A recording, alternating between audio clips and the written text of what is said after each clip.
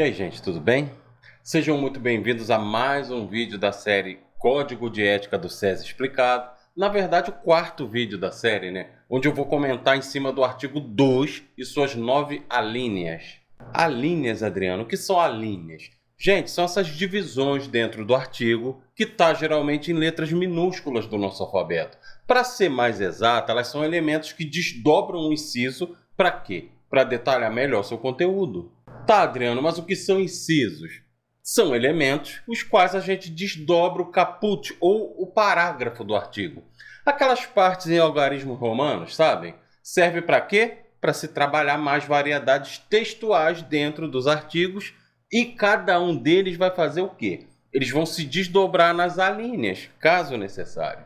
Então, antes da gente começar a refletir sobre o artigo 2 do nosso Código de Ética, deixa eu me apresentar para quem ainda não me conhece. Eu sou o Adriano Felipe e aqui o assunto é serviço social, sempre com o objetivo de compartilhar experiências, de trazer reflexões e contribuições que façam a gente crescer juntos.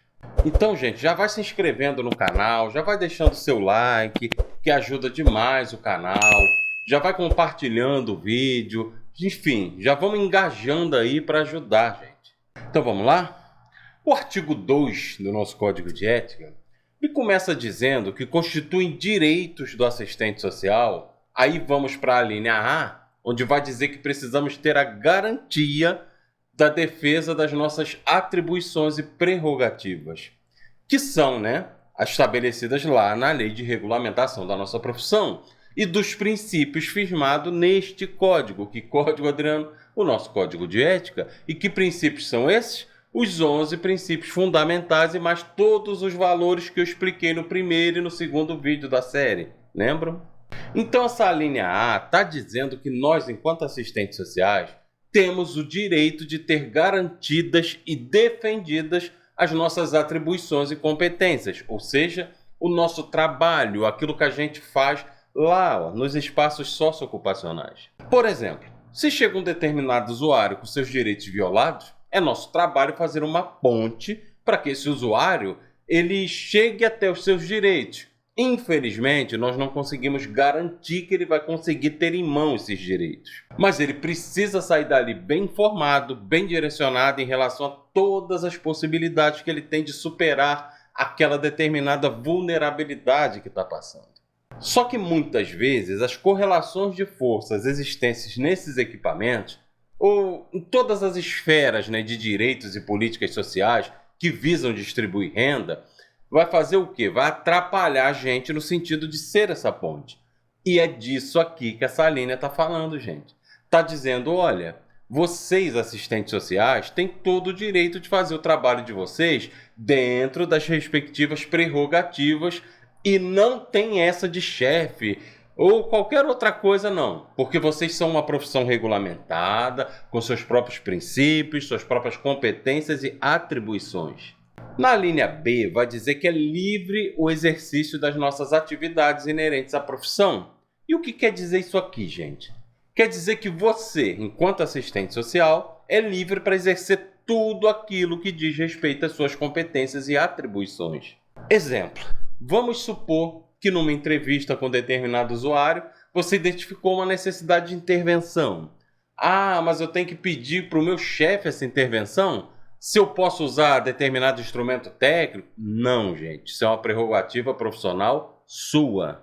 A maneira como você vai conduzir cada intervenção, que tipo de intervenção, quais instrumentos e técnicas você vai usar, é de uso livre do seu aprimoramento intelectual e profissional.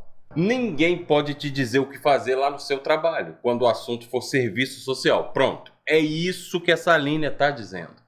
Lá a linha C vai dizer que temos o direito da participação na elaboração e gerenciamento das políticas sociais e na formulação e implementação de programas sociais.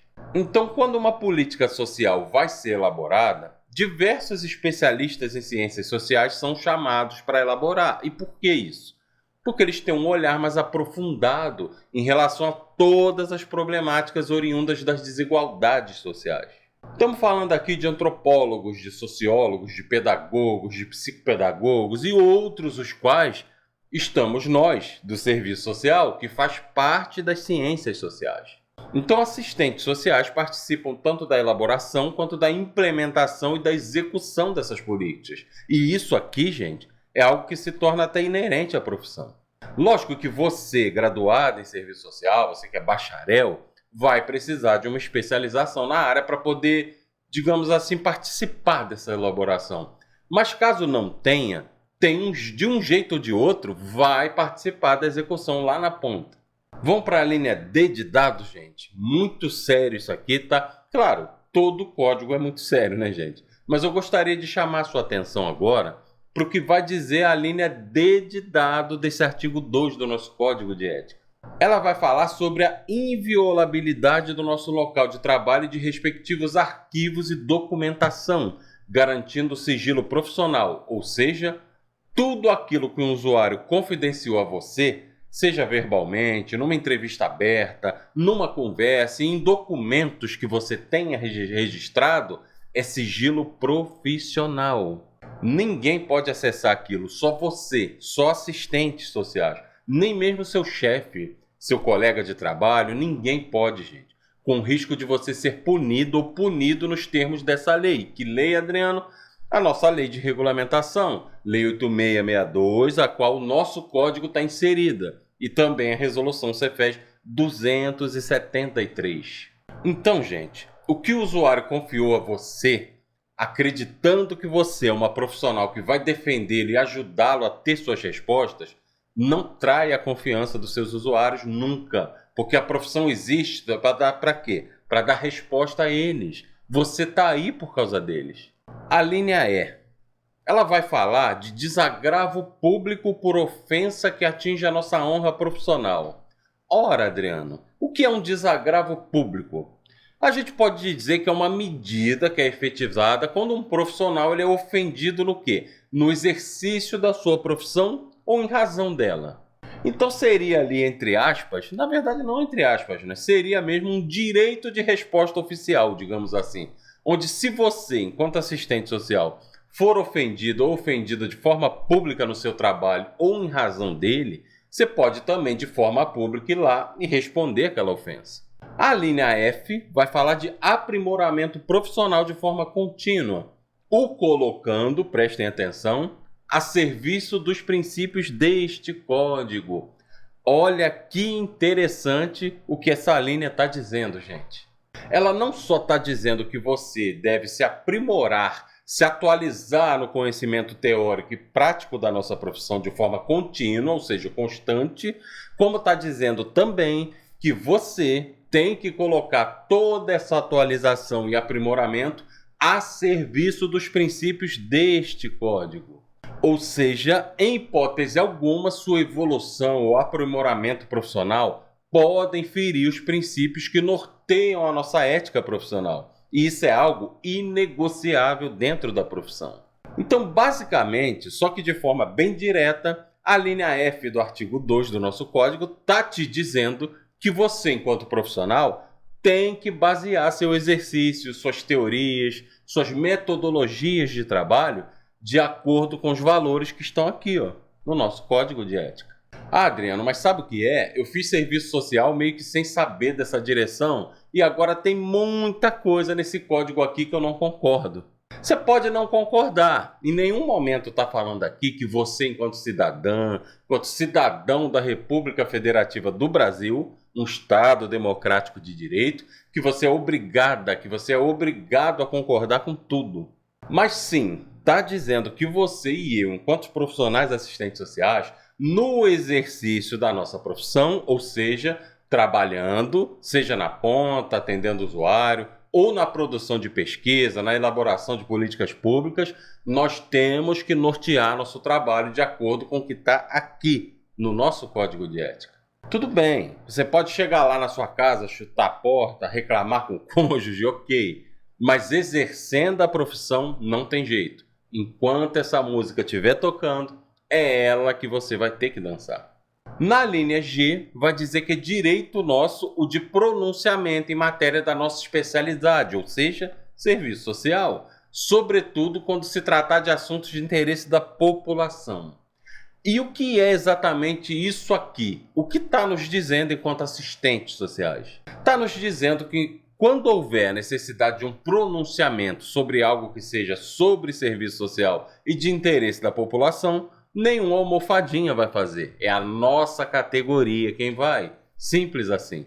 A linha H vai falar do nosso direito de ampla autonomia no exercício da profissão, não sendo obrigado, olha que importante, gente, a prestar serviços profissionais incompatíveis com as nossas atribuições, com os nossos cargos ou funções. Então essa linha começa falando de ampla autonomia no exercício profissional, o que na maioria das vezes não vai ocorrer por conta das correlações de forças que o profissional vai encontrar nos equipamentos. Então essa ampla cai para relativa autonomia. Uma pena, né? E quanto a não ser obrigado a realizar trabalhos que não condizem com as nossas competências e atribuições, infelizmente também acontece muito, onde em hospitais, por exemplo, colocam assistentes sociais para dar notícias de óbito, sendo que nos artigos 4 e 5º da Lei 8662, onde tem a lista das nossas competências e atribuições, não consta isso lá. Eu não vi. Mas lógico, né, gente? A gente entende que o profissional está ali para defender seu pão de cada dia.